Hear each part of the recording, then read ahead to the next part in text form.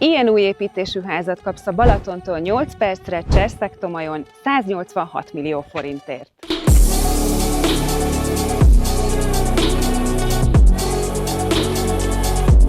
Az 1200 négyzetméter nagyságú területen fekvő ház 2024-ben épült, és bruttó 230 négyzetméter az alapterülete. A ház központi része ez a nyugati fekvésű amerikai konyhás nappali.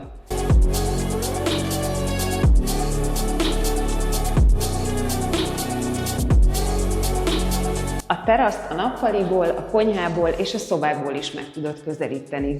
Ez a modern és letisztult ingatlan magas minőségű anyagokból készült. Ezen kívül a házban található még 3 hálószoba, 2 fürdőszoba, egy külön mellékhelyiség, egy kamra és egy garázs.